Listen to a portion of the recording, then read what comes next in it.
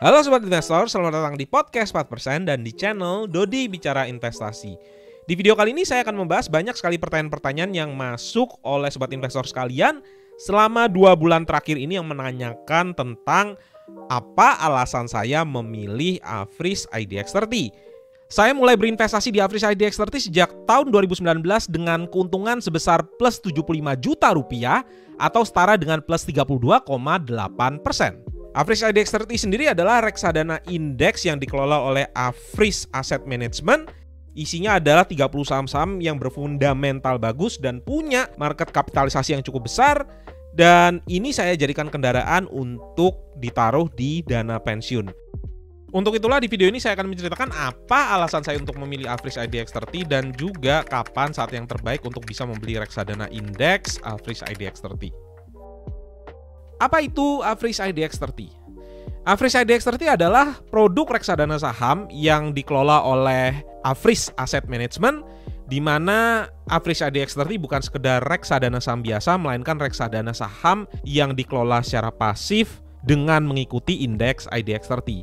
Apa itu indeks IDX30? Indeks IDX30 adalah 30 saham yang disusun oleh Bursa Efek Indonesia untuk merepresentasikan indeks harga saham gabungan, di mana 30 saham tersebut adalah perusahaan-perusahaan yang sudah kita kenal semua, perusahaan-perusahaan yang punya market kapitalisasi tinggi dan fundamental yang baik.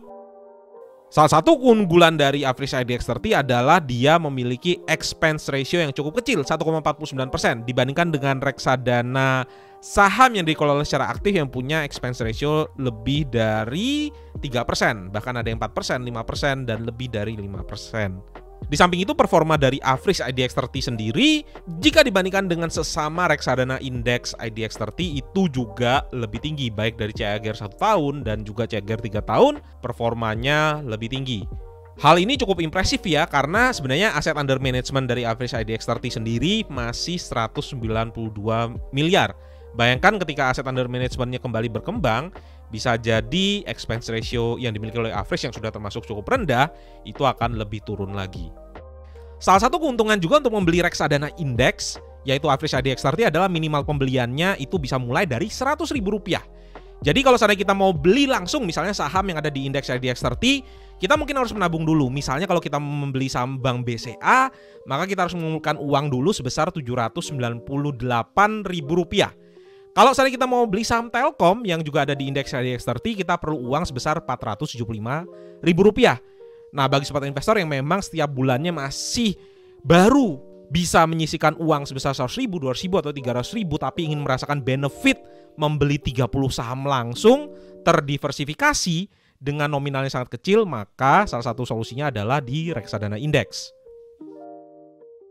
Mengapa investasi di reksadana indeks?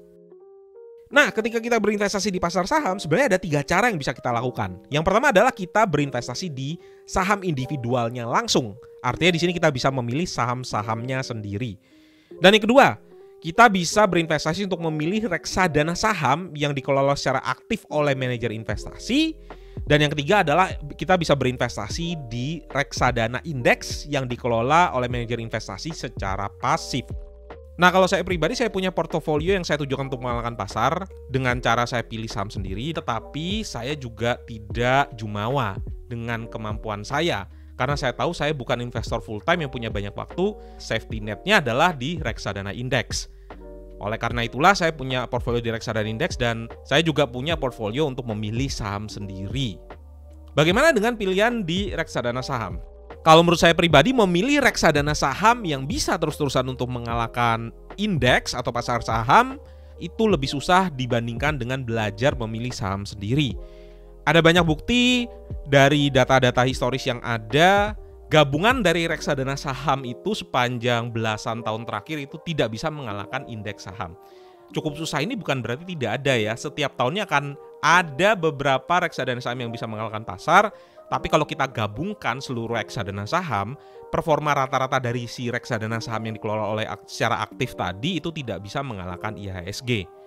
Sebenarnya alasannya cukup mudah ya, karena ketika reksadana saham itu ingin mengalahkan IHSG, otomatis dia harus punya beban operasional yang lebih besar. Dia harus hire pegawai, dia harus hire analis, Dan hal itu semua kita bisa lihat di dalam yang namanya expense ratio. Kalau di reksadana indeks, expense ratio-nya rata-rata di bawah 2%. Kalau average IDX 30, expense ratio-nya 1,5%. Sedangkan kalau seandainya reksadana saham yang ada, itu expense ratio-nya bisa lebih dari 3%. Ada yang 4%, ada yang 5%, bahkan ada juga yang lebih dari 5%.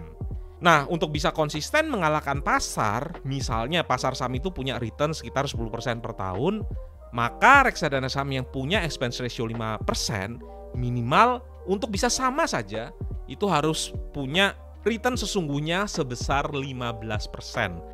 Susah sekali ya kalau setiap tahunnya punya beban 5%, lebih tinggi dibandingkan dengan target pasar. Nah, pertanyaan selanjutnya adalah, kapan saat yang tepat untuk membeli reksadana indeks, khususnya Average IDX 30? Ada dua cara yang sobat investor bisa ikuti. Cara yang pertama adalah cara dollar cost averaging. Beli rutin setiap periode waktu tertentu. Bisa setiap bulan, setiap 2 bulan sekali, dan seterusnya. Ini sangat cocok untuk pemula yang memang tidak punya pengetahuan, juga sibuk bekerja, tidak bisa melihat berita banyak, dan seterusnya. Cara kedua adalah cara yang saya pakai pada saat ini, yaitu beli banyak saat indeks sedang jatuh, karena ketika jatuh harga NAB per unitnya murah, dan beli sedikit ketika indeksnya sedang naik. Untuk lebih jelasnya kita akan coba lihat pattern pembelian dari Average IDX 30 yang sudah saya beli sejak tahun 2019 hingga saat ini. Kita akan lihat di aplikasi Bibit, kita cek di bagian profil, kemudian kita klik di e-statement. Saya set di sini dari pertama kali saya beli di bulan November 2019 hingga pada saat ini, dan kita klik kirim email, maka oleh Bibit akan dikirimkan email.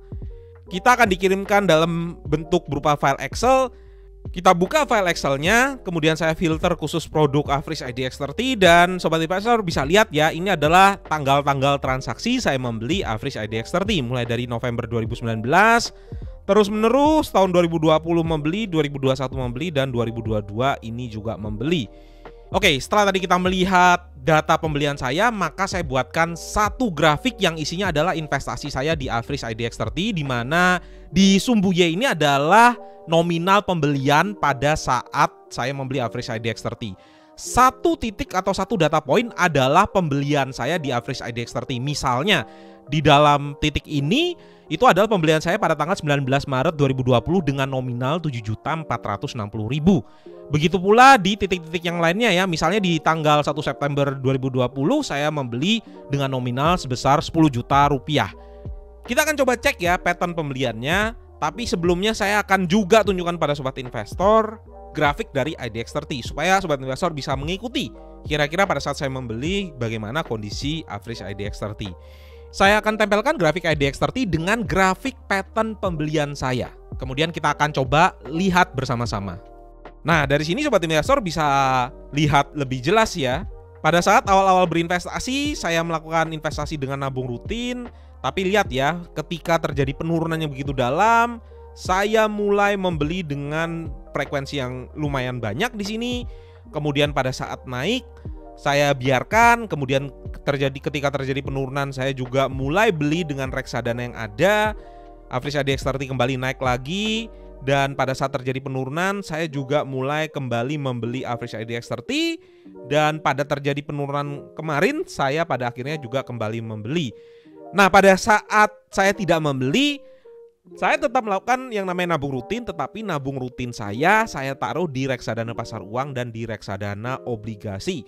Ketika terjadi penurunan, saya bisa saja ketika penurunan yang cukup dalam, saya bisa sampai tukarkan reksadana pasar uang saya dan reksadana obligasi saya itu untuk membeli Average IDX 30 seperti yang juga saya lakukan pada bulan yang lalu.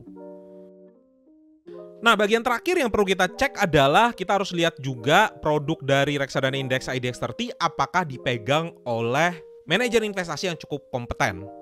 Nah, kalau di sini manajer investasinya adalah Average Asset Management. Average Asset Management ternyata memiliki track record yang cukup baik sebagai perusahaan manajer investasi, sudah punya pengalaman sekitar 10 tahun. Dan kalau kita coba cari lebih teliti lagi, manajemen dan fund manager dari Average Asset Management itu juga merupakan profesional di bidangnya dengan pengalaman bahkan lebih dari 15 tahun. Kita juga bisa coba cari penghargaan-penghargaan apa saja yang sudah didapatkan oleh Africe Asset Management. Di sini pada tahun 2019 Africe Asset Management pernah juga mendapatkan penghargaan sebagai Most Innovative Asset Management Company dari International Finance Award. Dan meskipun aset under management IDX30 lebih rendah dibandingkan dengan reksadana-reksadana lainnya, Africe IDX30 bisa menghasilkan expense ratio yang lebih rendah. Semakin kecil expense ratio mencerminkan kepiawaian dari manajer investasi dalam mengelola reksadana untuk investornya. Sobat investor juga bisa melihat ya produk-produk lainnya juga yang di aplikasi Bibit. Kita bisa klik di bagian Africe di sini, dan ini adalah beberapa reksadana yang juga dikelola oleh Africe. Ada reksadana pasar uang juga di sini, ada reksadana obligasi, dan selain reksadana indeks juga ada reksadana saham yang aktif dikelola, dan surprisingly expense ratio juga cukup rendah dan performanya juga sama baiknya dengan indeks IDX30. Untuk info-info lainnya, kalau saya mau mengulik-ulik lebih dalam lagi juga bisa lihat website dari Africe Asset Management dan juga ada Instagram africe.investasi. Oke, semoga video ini bisa menjawab pertanyaan-pertanyaan sobat investor yang sudah banyak muncul tadi, dan sobat investor juga bisa tahu apa alasan saya untuk memilih Africe IDX30 dan reksadana indeks untuk dana pensiun saya. Sampai jumpa kembali di episode-episode selanjutnya. Bye.